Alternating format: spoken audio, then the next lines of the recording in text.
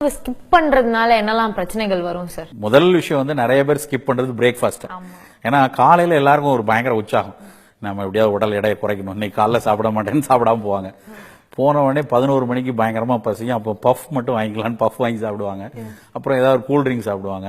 அப்புறம் மத்தியானம் ஏதோ போயிடுதுன்னா இரவுல பேய் பசியில வந்து கூடுதலா சாப்பிடுவாங்க, பஃபன் ஆயிடுவாங்க. அதாவது ஸ்கிப் பண்றதுங்கிறது ரொம்ப தப்பான ஒரு விஷயம். ஸ்கிப் பண்ணக்கூடாது, தேர்ந்தெடுத்து சாப்பிடணும். நம்ம காலையில உணவு வந்து நமக்கு வந்து நல்ல, முன்னாடி சொல்லுவாங்களா காலையில நல்லா சாப்பிடணும், மதியம் அது எல்லாம் என்னென்ன சாப்பிடணும்னு கரெக்டா ஒரு மார்னிங் வந்து கிங் மாதிரி சாப்பிடணும் அப்படின்னு சொல்லுவாங்க இல்லையா, இது இருக்கு இல்லையா, அது நீங்க எங்களுக்கு கரெக்டா சொல்லுங்க. காலையில நான் என்ன சொல்றேன்னா, மார்னிங் வந்து நீங்க சாப்பிடுற உணவு வந்து உடலுக்கு, மூளைக்கும் உடலுக்கும் உற்சாகம் தரக்கூடிய உணவா தேர்ந்தெடுக்கணும்.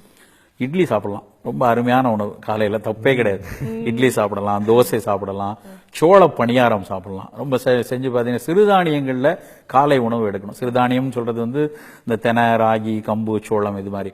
மதிய உணவுகள் போகும்போது மதிய உணவு வந்து நிறைய காய்கறியிலுமே நிறைய பேர் என்ன தப்பா பண்ணுவாங்கன்னா, மத்தியானம் ஃபர்ஸ்ட் வெளியே ஹோட்டல்ல எல்லாம் போனா ஃபர்ஸ்ட் சூப்பை சாப்பிடுறது தப்பான விஷயம். நீங்க வந்து பசியோட போறீங்க, வெளிநாட்டுல குளிர்ந்த பிரதேசத்துல இருக்கிறவங்க பேசுறதுக்காக ஒரு ஹோட்டல் போவாங்க, பசியை தூண்டுவதற்கு அப்பிடைசர் வேணும். நீங்களே பேய் பசியில போய் உள்ள உட்கார்ந்துட்டு அப்புறம் சூப்புன்னு சொன்னோடனே அவங்க 1.5 மணி நேரம் கழிச்சு கொண்டு வருவாங்க. அதுக்குள்ள வயிறு புண்ணாயிருக்கும். அதுல அந்த காரமான சூப்பை குடிச்சிங்கன்னா இன்னும் கொஞ்சம் புண்ணாயிரும். ஸோ நமக்கு வந்து சூப் நல்லதுதான், இடையில நமக்கு தான் சூப் இருக்கு, ரசம் வந்து ஒரு சூப் தான், அதை வந்து நடுவுல சாப்பிடலாம். ஸோ எடுத்த உடனே முதல்ல சாப்பிட வேண்டியது பழங்கள், நல்ல பழத்தூண்டுகள் வந்து ஃபர்ஸ்ட் சாப்பிடணும். அப்புறம் கொஞ்சம் வேக வைத்த காய்கறிகள், நிறைய காய்கறிகள் பொறுத்த வரைக்கும் எல்லா காய்கறிகளுக்கும் ஒவ்வொரு காய்க்கும் ஒரு பலன் இருக்கு. வெண்டைக்காய் எடுத்தா அதுக்கு ஒரு பலன் இருக்கு, அவரைக்காய், பீன்ஸ், கத்திரிக்காய், எதுனாலும் காய்கறிகள் நிறைய இருக்கணும்.